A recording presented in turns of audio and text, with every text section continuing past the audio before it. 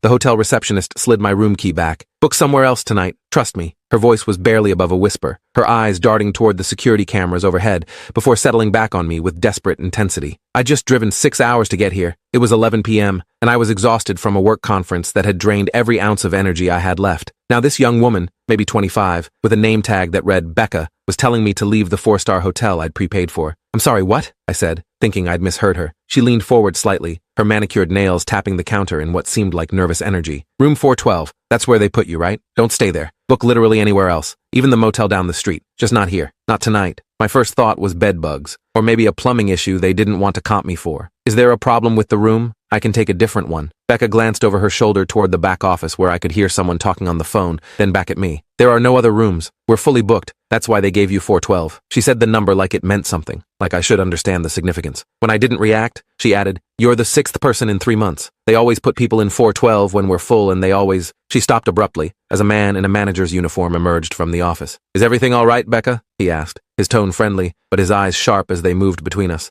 She straightened immediately, her professional smile snapping into place. "Just finishing up this check-in, Mr. Vance. The guest had some questions about amenities." Mr. Vance walked over and looked at my reservation on the computer screen. "Ah, Mr. Harrison, welcome to the Riverside Grand. I see we've put you in one of our premium rooms on the 4th floor. You'll love the view." He extended his hand, and I shook it automatically, still trying to process what Becca had started to say. The 6th person in 3 months. They always what? Mr. Vance kept talking about the hotel's features, the breakfast buffet, the fitness center, but I noticed Becca had gone completely still, staring at her computer screen like she was trying to disappear into it. "Well, I'll let you get settled," Mr. Vance said finally. "Becca will finish your check-in. If you need anything at all during your stay, don't hesitate to call the front desk." He returned to the office, and the second he was out of earshot, Becca grabbed a piece of paper and started writing quickly. She folded it and slid it across with my room key. "Checkout is at 11 a.m. Have a pleasant stay," she said loudly for the cameras, but her eyes were begging me to read the note. I took the key and the note, thanked her, and walked toward the elevator, my heart beating faster than it should have been for such a simple interaction. Once I was in the elevator alone, I unfolded the paper. The handwriting was shaky, but clear. 412 isn't safe. Guest in March disappeared. Guest in April found unconscious. Claims no memory of 3 days. Guest in May checked out after 1 night.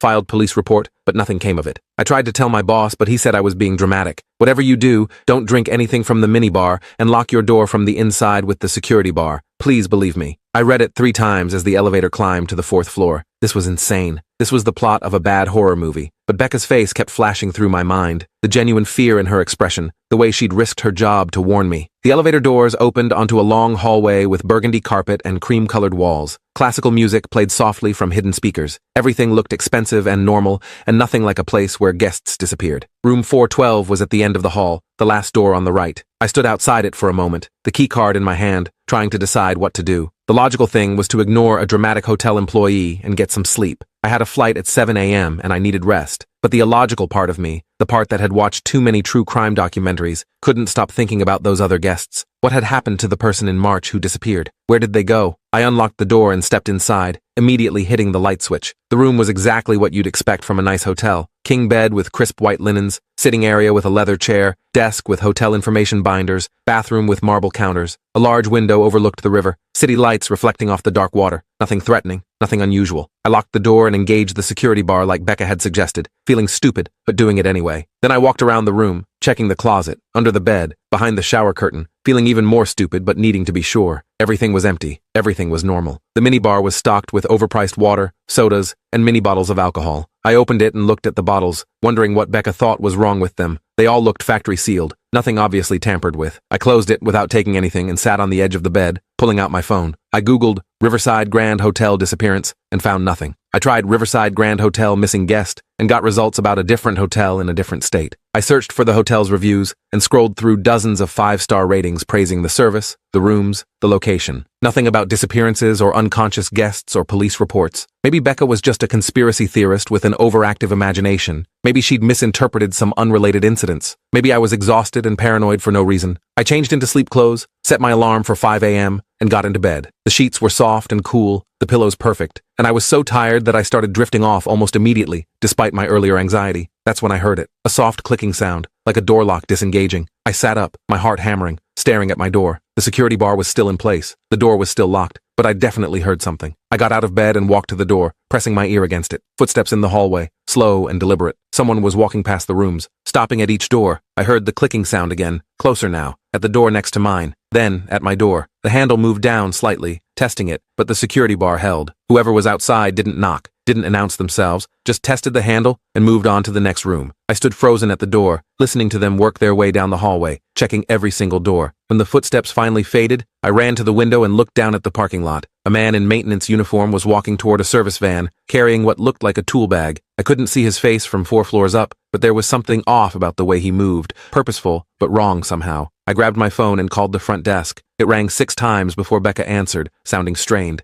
Riverside Grand, how can I help you? This is room 412. Someone just tried to get into my room. There was a long pause. What do you mean, tried to get in? Someone walked down the hallway checking all the door handles. They tested mine, but the security bar stopped them. Another pause, longer this time. Sir, our maintenance staff doesn't work at this hour. Are you sure you didn't dream it? Sometimes in hotels, sounds can carry from other floors. I didn't dream it, I said firmly. I heard it. I saw the handle move, and I just watched someone in a maintenance uniform walk to a van in the parking lot. I heard Becca's breathing change, becoming faster. Mr. Vance is here. Let me get him for you. No, wait, but she'd already put me on hold. I hung up and immediately called 911. When the operator answered, I explained the situation as calmly as I could. Someone had tried to access my hotel room in the middle of the night using what appeared to be a master key, and the hotel receptionist had warned me earlier that previous guests in this room had experienced serious problems. The operator asked if I felt I was in immediate danger. I looked at my locked door, the security bar firmly in place, and said I didn't know. She said she'd send an officer to take a report. 15 minutes later, there was a knock on my door. Police. Mr. Harrison?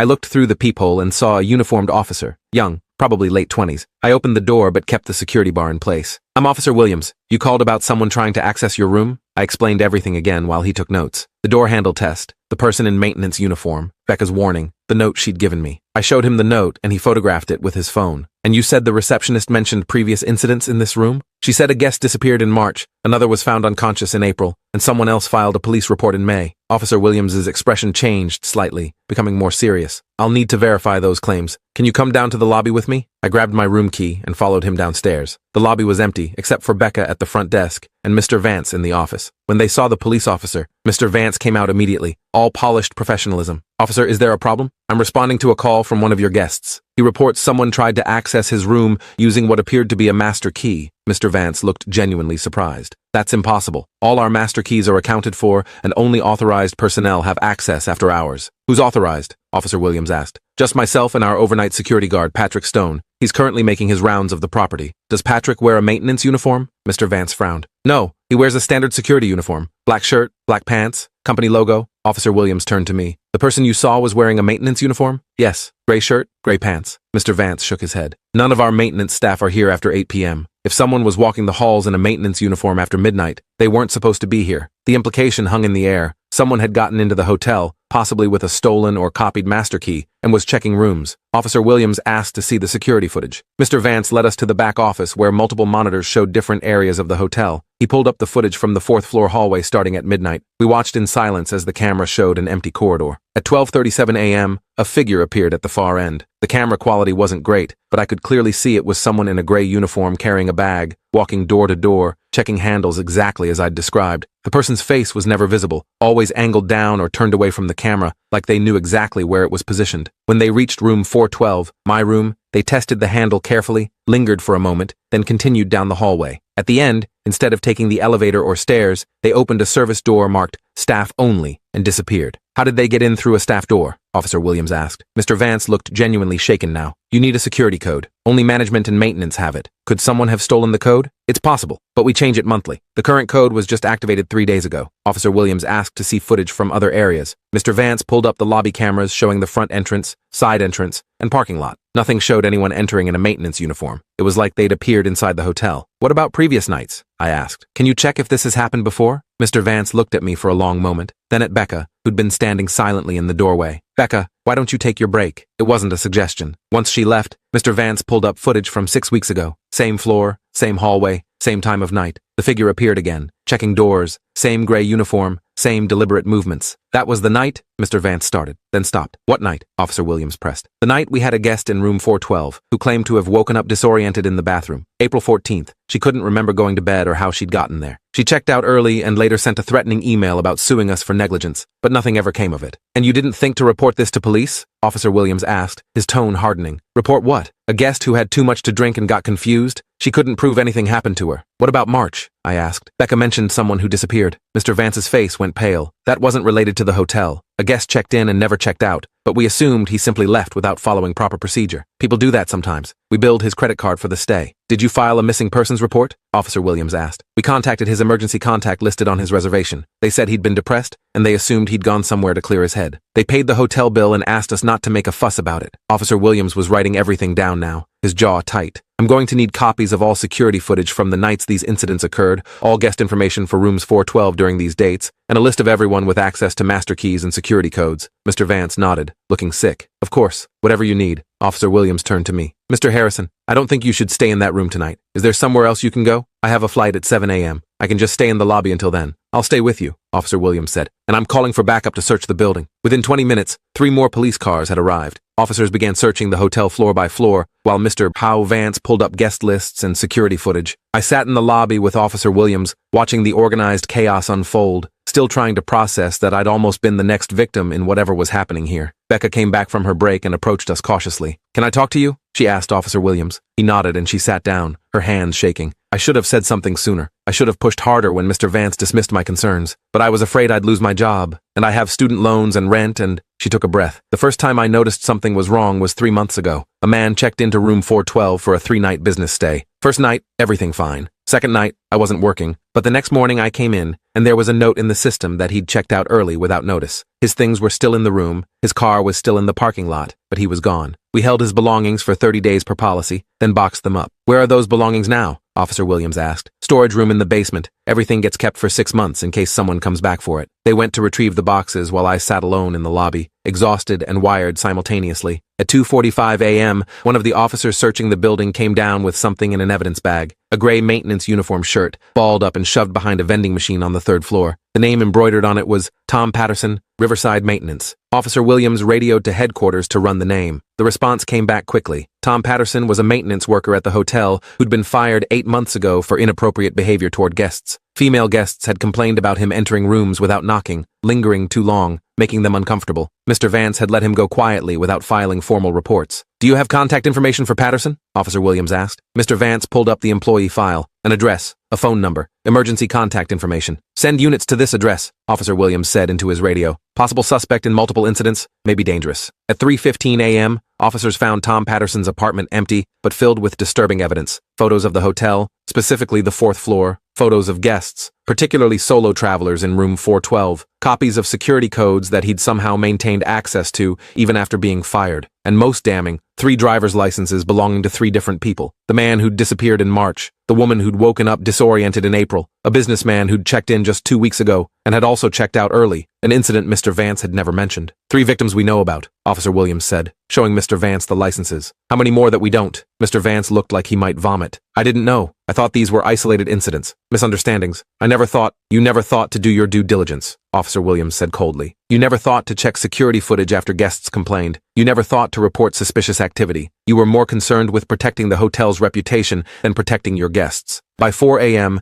an APB was out for Tom Patterson. Hotel records showed he'd been using a stolen master key to access rooms, specifically room 412, because it was positioned at the end of the hall with the poorest camera angle. He'd timed the entries for late at night when guests were likely asleep, possibly drugged from minibar drinks he'd tampered with earlier in the day by using his still active security codes to access supply areas. The woman in April had been lucky, waking up before he could do whatever he'd planned. The man in March hadn't been lucky. Police found evidence suggesting he'd been held somewhere, possibly Patterson's old storage unit at a facility 3 miles away. A team was en route to check it. You saved your own life tonight, Officer Williams told me, as dawn started breaking through the lobby windows. If you'd drunk anything from that minibar, if you hadn't used the security bar, if you'd opened the door when he tested it, he didn't need to finish the sentence. At 5:30 a.m., I got a call from the airline. Due to fog, my flight was delayed until noon. Normally that would have frustrated me, but at that moment, all I felt was relief that I had nowhere to be, nothing to do except sit in this lobby and process what had almost happened. At 6:15 a.m., police arrested Tom Patterson at a truck stop 40 miles away. He'd been monitoring police scanners and knew they were looking for him, but but they'd found him before he could get too far. In his vehicle, they found rope, duct tape, a stun gun, and a list of upcoming solo traveler reservations he'd somehow accessed from the hotel's system. My name was on that list. He'd been planning this for weeks, tracking when room 412 would have a solo traveler, someone who wouldn't be immediately missed if they went quiet for a few days. By 8 a.m., Detective Sarah Park arrived to take over the investigation. She interviewed me for 2 hours, going over every detail of the night. She confirmed that the man from March had been found alive in Patterson's storage unit, dehydrated and traumatized, but alive. He'd been held there for 6 days before Patterson had apparently panicked and released him with a warning to never speak about it. The man had been too terrified to report it, had simply left the state and tried to forget. The woman from April corroborated everything once police contacted her. She'd filed a report with a different jurisdiction, but it had gone nowhere without evidence. The businessman from 2 weeks ago was still missing, and police were searching Patterson's other properties. Detective Park asked about Becca. That young woman probably saved multiple lives by speaking up, even when her employer dismissed her concerns. We'll need her full statement, but I want you to know she did the right thing. I asked to speak with Becca before I left. She was finishing up her shift, looking exhausted but relieved. Thank you, I said simply, for trusting your instincts and warning me. She started crying. I'm so sorry I didn't do more sooner. If I'd pushed harder, maybe that first man wouldn't have. You did everything you could in the position you were in, I told her. You risked your job to warn a stranger. That took courage. She wiped her eyes. I'm quitting. I can't work for someone who cared more about reputation than safety. I should have quit months ago. For what it's worth, I said, you'll have no problem finding another job.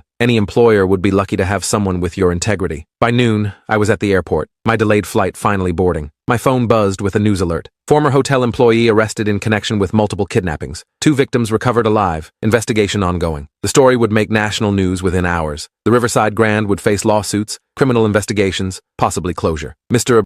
Vance would likely face charges for negligence and obstruction. But 2 people were alive who might not have been, and a predator was in custody. As the plane took off, I thought about how close I'd come to being another statistic, another name on a list of people who'd checked into room 412 and never properly checked out. And I thought about Becca, a young woman making minimum wage plus tips who'd risked everything to do the right thing, even when no one believed her. 6 months later, I got a message through LinkedIn. It was from Becca. She'd gotten a job at a different hotel chain, one that took her seriously when she'd mentioned safety concerns during the interview process. She'd been promoted to assistant manager and was implementing new security protocols across all their properties. She thanked me for testifying at the trial, which had resulted in Tom Patterson receiving 25 years in prison. The man from March was in therapy, but recovering. The woman from April had started an advocacy group for hotel safety awareness. The businessman from 2 weeks ago had been found alive in another storage facility and was suing the Riverside Grand for millions. The hotel had closed permanently, unable to recover from the scandal. And me? I still travel for work, still stay in hotels, but I always check reviews obsessively, always use security bars, and I always